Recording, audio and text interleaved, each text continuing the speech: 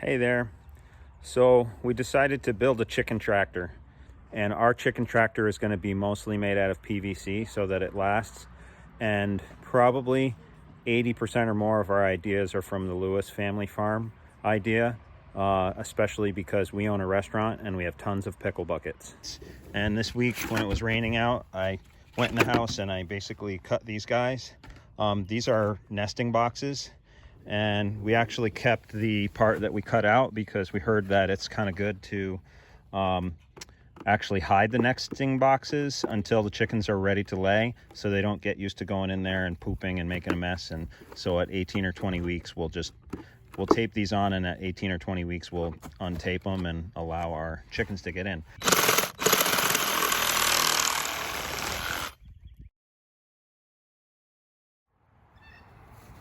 Right, so we're getting all the pieces here for the chicken tractor, and we did find out that the 4-ways that go on the corners are definitely special order. So right now we're putting together the run on the tractor, and you can see, get up close here, that these little T's for the 1/2-inch PVC, when we bend this to make the tractor, they pop out really easy, and the Lewis family farm said that the chicken wire holds this together. And I definitely believe that. I'm going to try actually to just pop a little self-drilling screw into these, and we'll plan on that to be the underside, and I'm hoping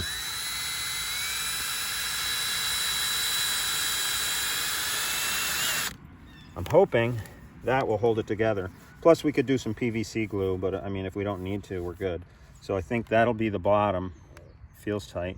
And then we'll bend this to be the over the run. So we're going to get working on it. The PVC, the conduit only goes into these about 1/4 of an inch, so you have to have the screw right on the edge.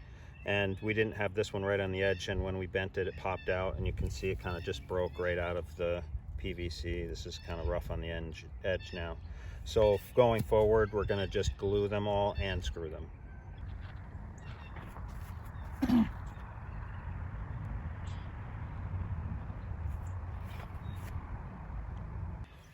Right, so now it's together. One thing that we learned is that you have to put your corners together before you try to put these hoops on, because it'll just push everything apart. And we glued these and put little set screws in them. Can't hurt. And all of our top pieces have the screws on the top and bottom. So those are the short little guys, and I think we put a little bit longer 1.5-inch screws in down at the corners. So that's the run for the tractor. And we're going to work on putting some chicken wire on this now. At a certain point, you're going to have to stitch together the chicken wire fence where the different sheets meet up. And I found that using little J hooks works, like these guys right here. But this is a chain you can buy at the hardware store, and you can actually just take the links apart, and it's a whole lot cheaper. And I'm just going to stitch together these two here, and as you can see, the rest of it is held together by zip ties, and we'll trim all those off. Getting all the wiring over the top is real easy because it's straight, but when you have to work on the corners and stuff, it's a little more work. Look right here, what I'm doing. Usually what I do is I count the cells so that I keep the wire straight. So 1, 2, 3, 4, 5, like every 5, and then I'm zip tying this, and then pulling it tight. And obviously you get poked a lot with chicken wire. I guess wearing gloves might help. So what I'm doing here, follow me over here. So I made this frame inside brought the corners right up to the top so it's nice and strong. And then I'm just going to put this door in here and hinge it on one side. And that's basically just like the Lewis family farm chicken tractor, so I just copied their design.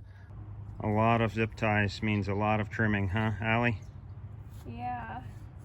And we have the door held together with bungee balls, and one side is heavy duty zip ties for the hinges, and the other side we have the bungee balls for now.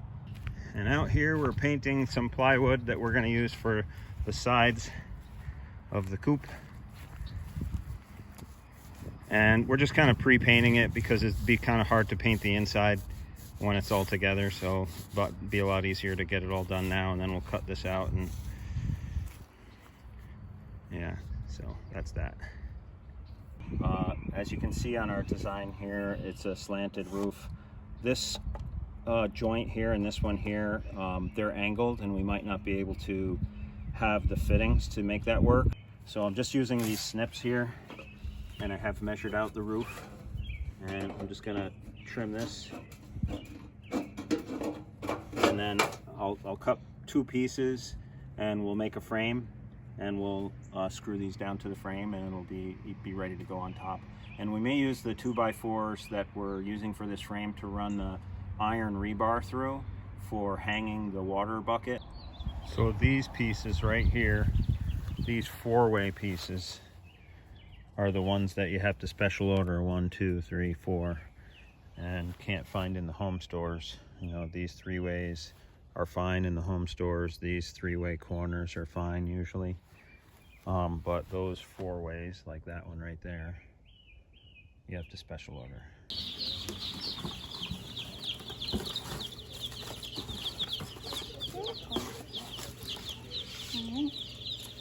All right. There you go. Thank you.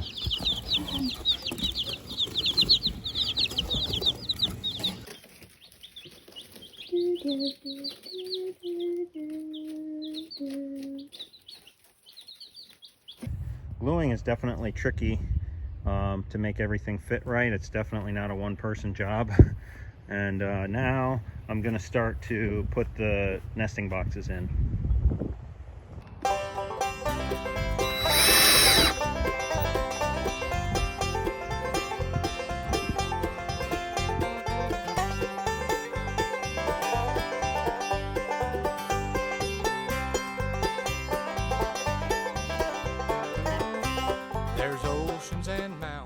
Here's the front, it's plywood, and I just basically screwed it on, cut a little door for the chickens. Inside I put the roosting branches, all at different heights. And yeah, so these poles right here, they're, you know, you can spin these, but it's great because they hold the frame really strong vertically, and they also were very handy to wire the roost to. So I painted the edge of the plywood, tried to get it as waterproof as I could, and you can see the screws hold it pretty darn tight to the frame, so that tightens everything up really well. The, you know, what they call tile board, I guess, maybe not. It's bathroom wall stuff, waterproof. You see people line showers with it and stuff. What I did was I just glued together 2 pieces back to back, so it's waterproof on both sides. I figure if I needed to hose the chicken coop down, I could just spray this stuff off. And what I'm gonna do is they have a little edging that goes on this, so I'm gonna do the edging, and then I'm gonna basically just screw it to the plywood over here. So that leaves me with the back, which I'm probably gonna do with plywood because I have plywood. So I'll make the door on the back and do the whole back with plywood. This is the feeding system that I'm working on. It's Mr. Lewis had some feeding bowls at the other end with a really cool way that the chickens could put their heads through a fence but not step in or poop in or mess up their food. But in my homestead situation, I'd rather have something that I don't have a food bowl that's open to rain and rodents maybe anyways, or kind of like a daily feeding situation. So I made these silos here, and what I did was I extended the PVC from the front. I was going to mount it to this plywood here, but I decided to just take some extra PVC that I had and make these extensions here. These are empty. I just capped them off, so they basically hold the feed silo up. Let me take the top off here. I'm actually going to work on a way to make these tops come off a little easier. But basically it's waterproof once the top is on. And if you look down in there, you can see there's a funnel And then I just took this joint here and cut the face off it, and I put a little plastic, it's just a little plastic floor in there, and the feed will just drop down. These are kind of modeled after the big 55-gallon garbage pail where the chickens can put their heads in, but they can't scratch the food out to get it all over the ground like any other type of feeder. Plus this keeps it completely waterproof. And then I'm gonna have egg layer pellets on one side, and then the other side we're gonna have some of our own feed that we're making with a blend. I was also thinking that it's nice to have the cap of this away from the roof when the eventual roof is on. It'll be easy to fill this over top without sort of having the edge of the roof in the way.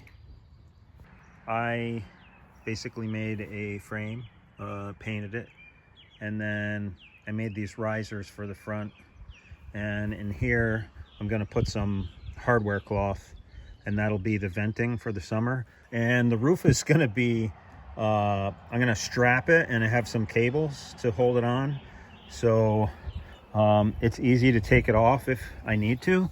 So you can see the frame on the inside, and how I'm just clamping it. I clamped it, but then I couldn't find any clamps bigger, so I'm just going to use some metal strapping and strap it on. And then we have plenty of ventilation, and you can see it's all screwed down. The nesting box door, I put these little hinges on, just 3 hinges. I put little pieces of plywood so I'd bring it out to the door, and then we just open that up. I'm also going to drill a hole inside of each one to make them all sort of self-draining. They tip a little bit gently right towards the inside, so it's perfect. So I'll drill a hole in there, and that way when we do have to spray them out, they'll just be easy to clean.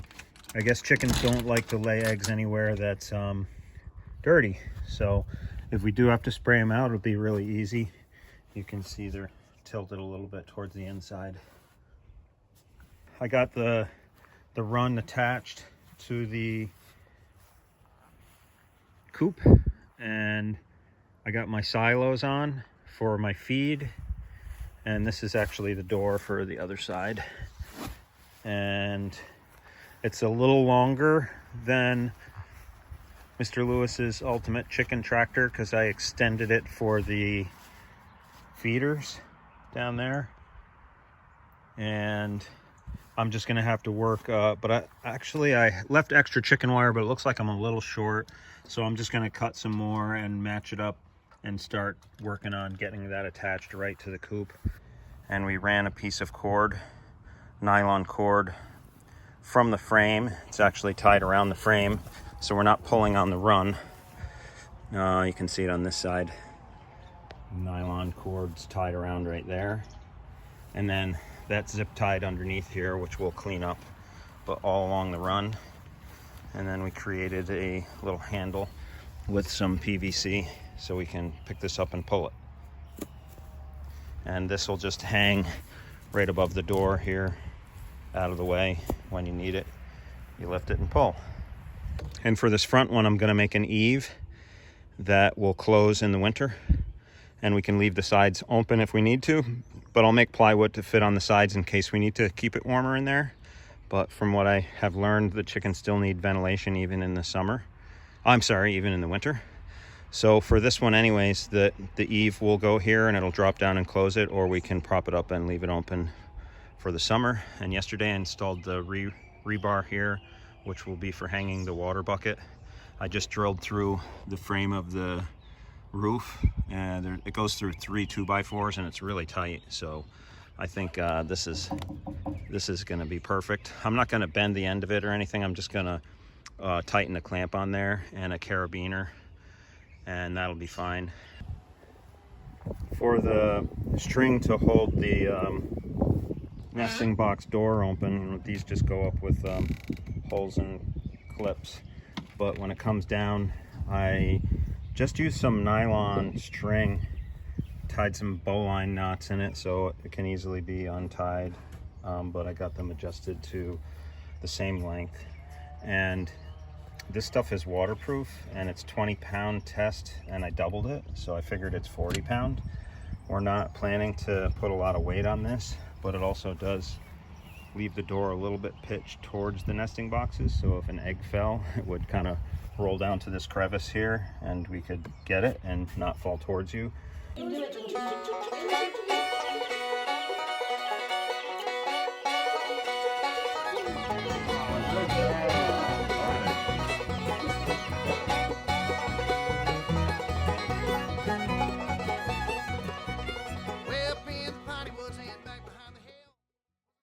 We're to the last few steps, but I did want to show you a few things that I got done.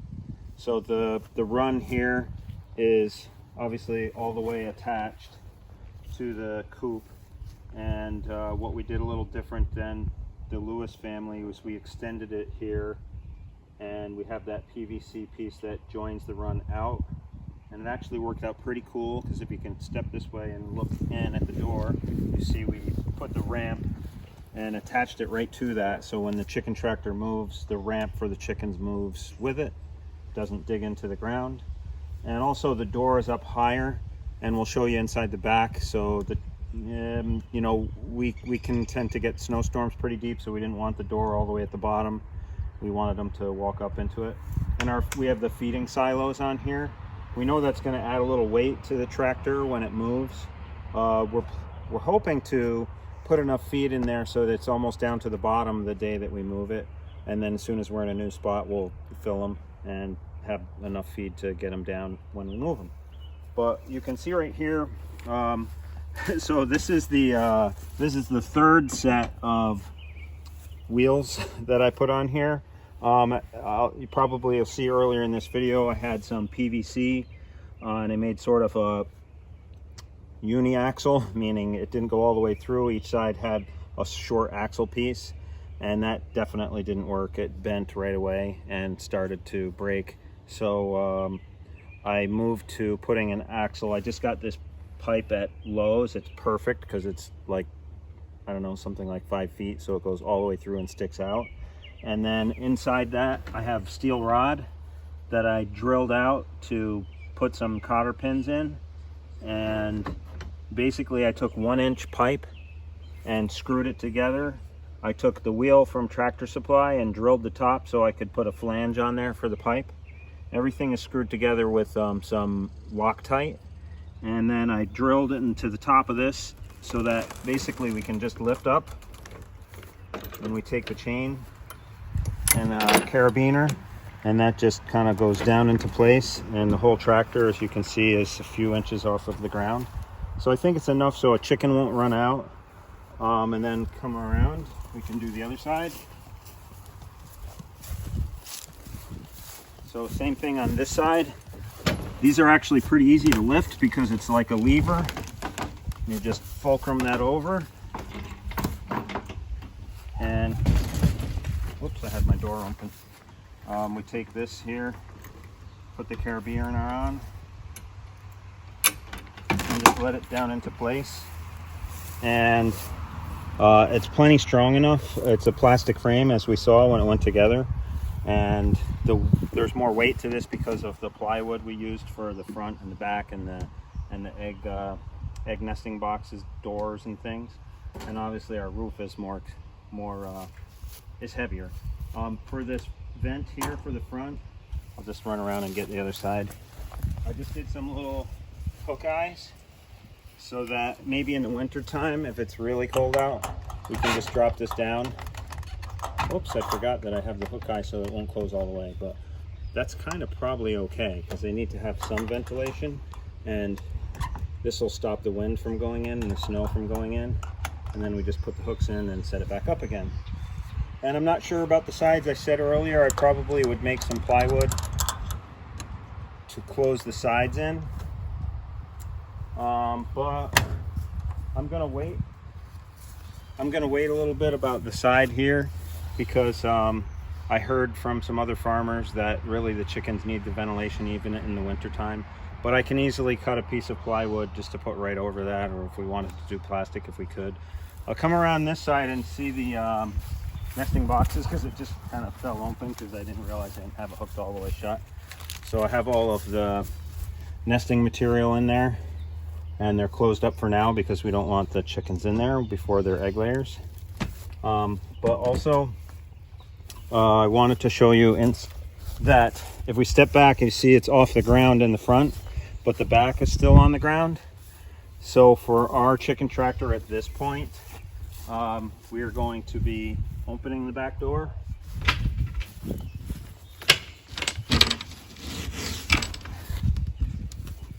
We don't have to open the back door to do this, but I just wanted to show you that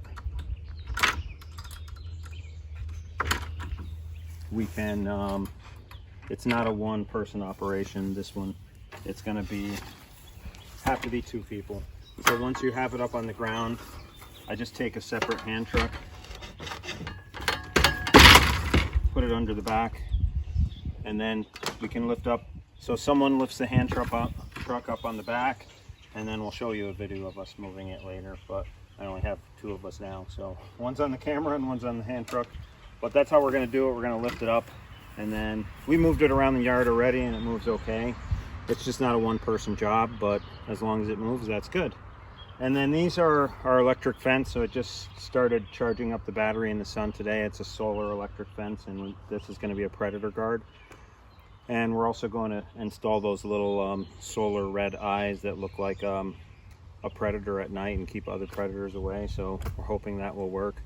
I was going to put hardware cloth around the sides of the run, but I don't want to make it any heavier, so I'm going to not do that, and we'll see how things go. We heard with chicken wire that like raccoons can get their hands through there and get your chickens and kill them, and with hardware cloth of course they can't, because it's only 1 inch space. But I'm hoping with the electric fence that we won't have the predators getting that close, so we'll have to test it all out. And I was watching the birds the other day on the PVC out there in the run, and it's really slippery. They slip right off it. So if this top one here inside the coop is going to be a roost for them, it needs to have something on it that they can grip with. So I just went out and got this 3M tape. You know, it's meant for putting on slippery floors, and it worked perfect. Sticks really, really well, and it feels a little more natural. So I'm sure that this will be a good roost now. I just installed these 5-gallon jugs that I just cut off. They were olive oil jugs, so they're flat on one side, and put some washers in and installed those on the wall here next to the ramp. So obviously this one is grit, and it's right next to the feed silo there. And then on this side I put oyster shell. So heard that it's best just to always have it available. These have holes plugged in the bottom so the rain will pass through, and hopefully that works. Yeah, so I just wanted to show you inside here. You can see the axle. It runs through the PVC all the way across. And you can also see that this PVC is a separate piece. It's still the same separate piece I had before. So it doesn't have to, it doesn't jeopardize the integrity of the coop. So this piece is just set in here, and that one's actually the frame. So this one we're using for the axle, and it goes all the way through, like we can see. And that was where the old chicken door was. We moved it up, and the axle's kind of like a jumping spot, I guess, when they come in. We'll see. We're not sure if the chickens need more of a landing here, but we're thinking that they're just gonna get up on the edge of that ramp and fly into one of the branches that's in here. So there we have it. Lots of daylight for egg laying, and a nice safe coop. Well, I'm filling the water. The Poultry Waterer is filling for the first time here. What I did was I just zip tied a little hook there to the rebar, and I made a little hose connection over here, so when we have to move the tractor we can just undo it. And I have right now 150 feet of hose going back to the house, and I got this hose here which is drinking water safe, and it doesn't kink, and it doesn't have memory, and this is called 0G, working really good. Then I took some food grade hose to install onto the tractor.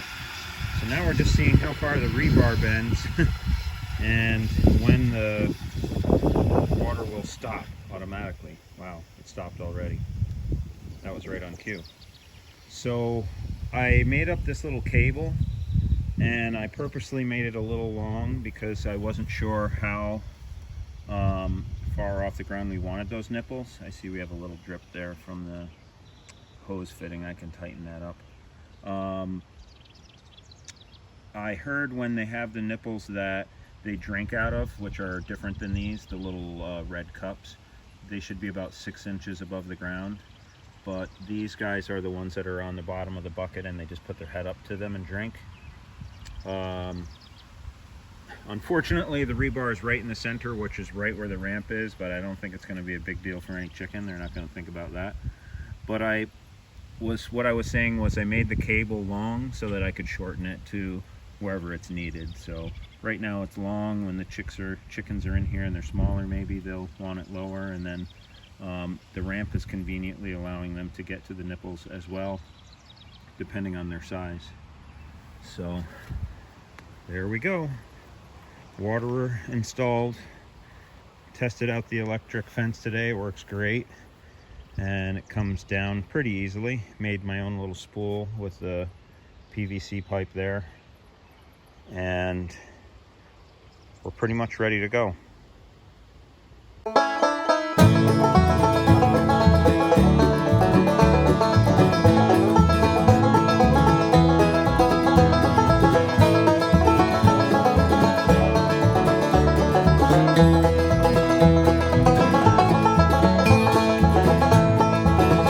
When the earth comes alive in the springtime, and the last snow of winter is all gone, I walk through the meadow with my love so fine, and hold her in my arms all night long.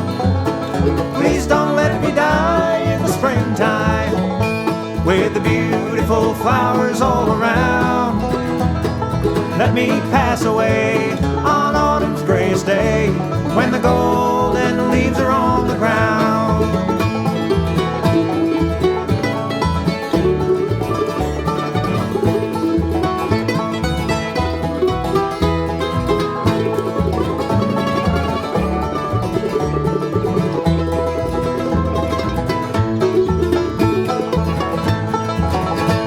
The leaves of the trees are green in summer.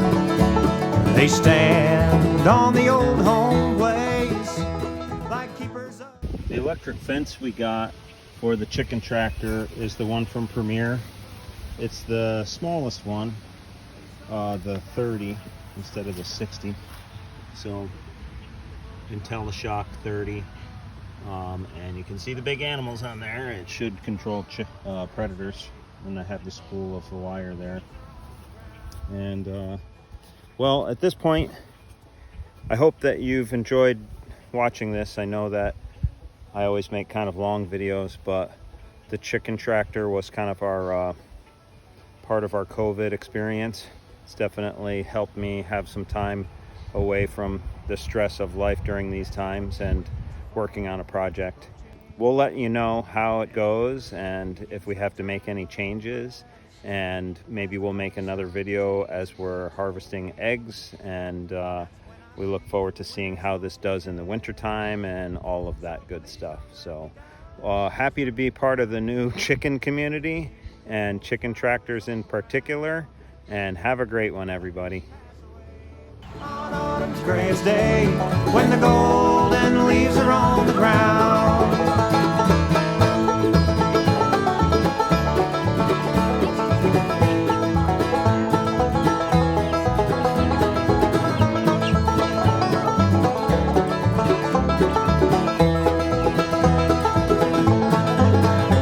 Oh, please don't let me die in the springtime, with the beautiful flowers all around. Let me pass away on autumn's grayest day, when the gold